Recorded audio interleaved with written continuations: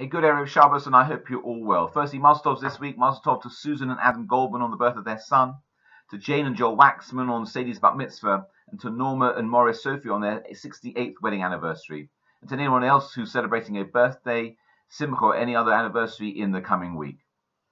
Friends, I have to say, it's heartening to see how seriously the Labour leader Sir Keir Starmer is taking the findings of this week's EHRC report into anti-Semitism within the Labour Party.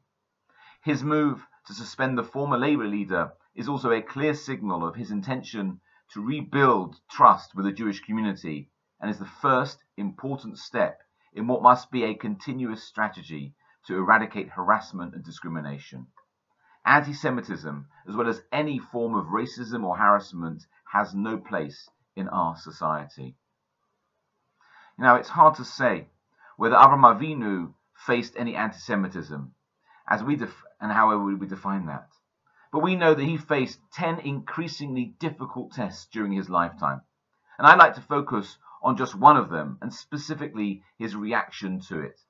You see, the second of his tests came immediately after he'd settled into the new homeland where God had promised him every type of blessing. And yet now there was a famine. And so God instructed him to leave the land and move to Egypt. And although this seemed to be a direct contradiction of God's promises, Abraham's faith didn't waver for a moment. However, the Torah records a fascinating narrative.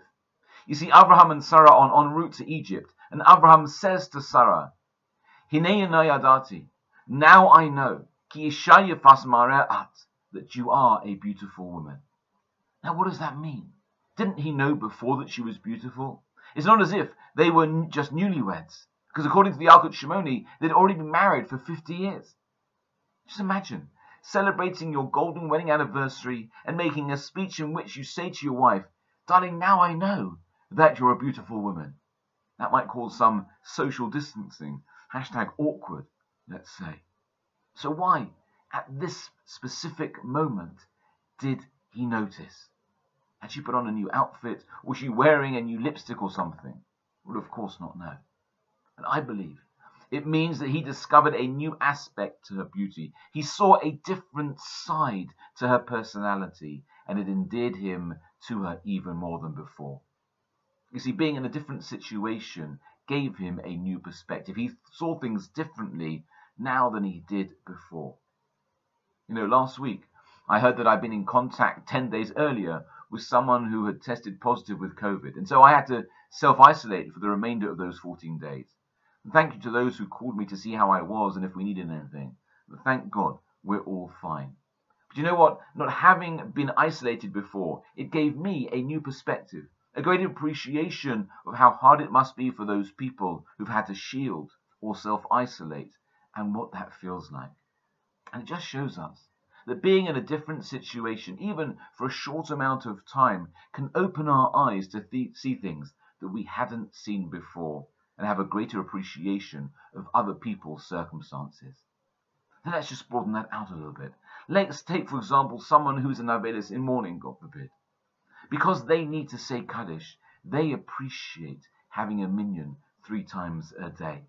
And anyone who's ever had to say Kaddish will understand how important it is that there is a minyan.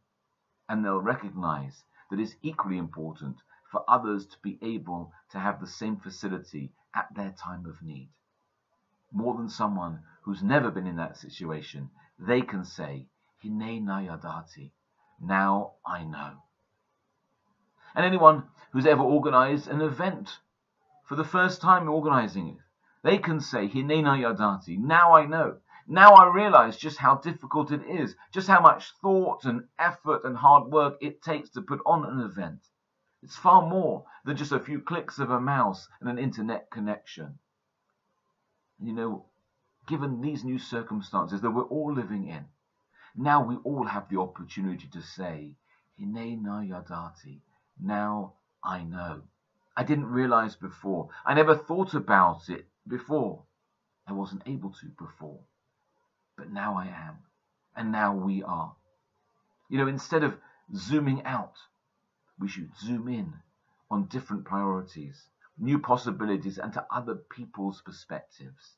And in that way, something may just something positive may just emerge from this situation. Have a good Shabbos.